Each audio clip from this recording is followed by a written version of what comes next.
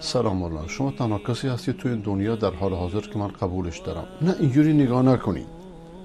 ببینید شاید شما از حرفای بنده خوشتون اومده لیکن مقلد تک نفری نباشید. یعنی بنده رو با اسلام قاطی نکنید. فردا بنده از بنده عیبی دیدید نگی اسلام اینجوریه. این خوشبینی شما رو میرسونه. خدا خیرتون بده. دقت میکنید و لطف دارید. اما چنان عالمانی در دنیا اسلام هستند که بنده ارزش شاگرد بودنشون رو ندارم. بدون هیچ تکلفی اینو میگم. به من قبولش داد از نظر علمی و آگاهی دینی و غیره. الله به عمر شما برکت بده. خیلی متشکرم.